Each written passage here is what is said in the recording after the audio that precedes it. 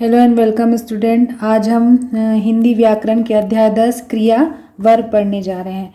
निम्नलिखित चित्रों को देखकर उनके नीचे लिखे वाक्यों को ध्यान से पढ़िए।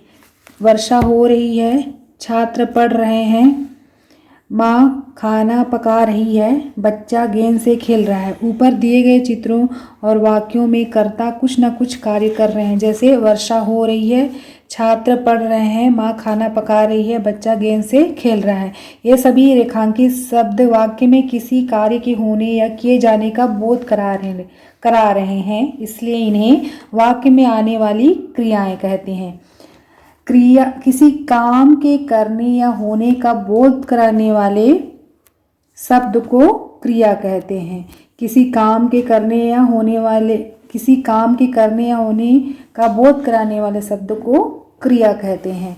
जैसे अनु खेलती है, माधव बाजार जा रहा है, सुबह हो गई है, उसने चित्र बनाया।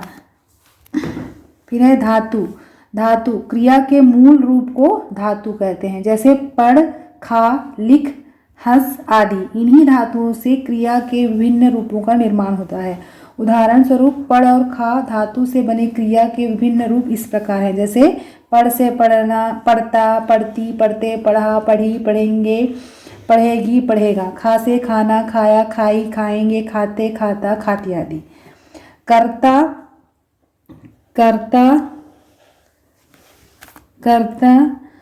क्रिया कर्म की पहचान।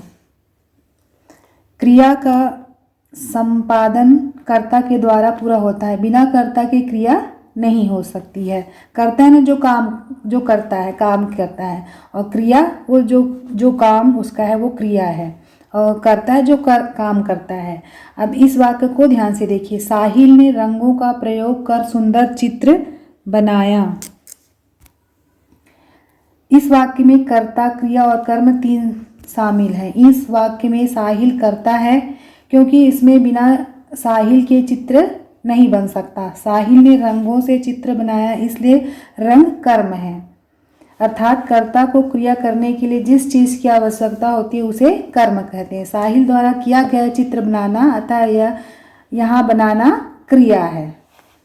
साहिल क्या है? कर्ता है, और साहिल ने रंगों से चित्र बनाया, इसलिए रंग क्या है? कर्म है। और अर्थात कर्ता को क्रिया करने के लिए जिस चीज़ की आवश्यकता होती है उसे कर्म कहते हैं। और साहिल द्वारा किया गया चित्र बनाना काम क्या हो जाए? बनाना क्रिया है। क्रिया के भेद।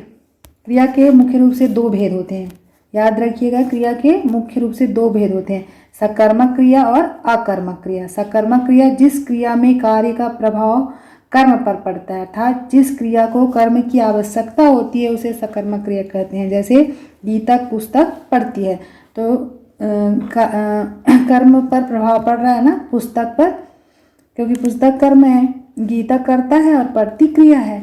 महेश बाजार जाता है। इन वाक्यों में पुस्तक और बाजार कर्म है। सकर्मक क्रिया के दो भेद होते हैं, एक कर्मक क्रिया और एक कर्मक सकर्मक क्रिया और द्विकर्मक सकर्मक क्रिया।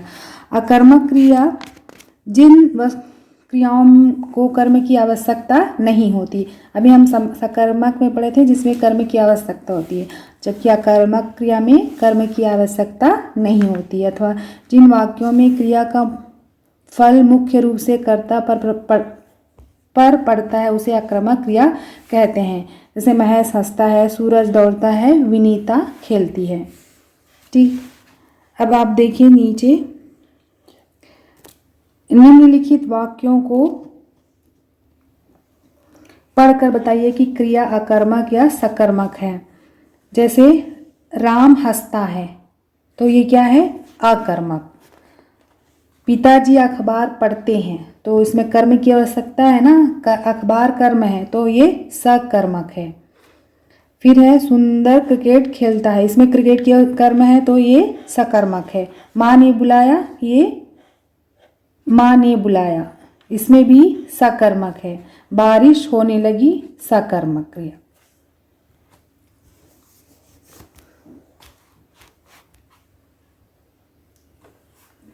अब निम्नलिखित वाक्यों में क्रियाकर्ता और कर्म कौन कौन से हैं बताइए। ये आपके लिए, या अपने से आप ये वाला सेकंड नंबर आप अपने से कर लीजिएगा।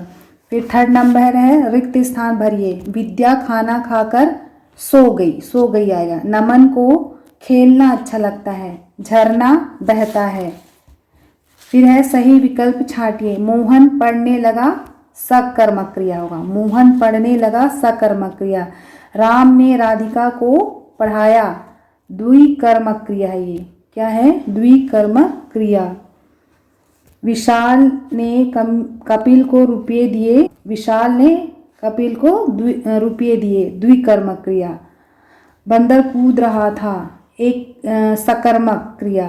नीतिका विद्यालय पढ़ने गई, एक कर्मक क्रिया। Okay, thank you.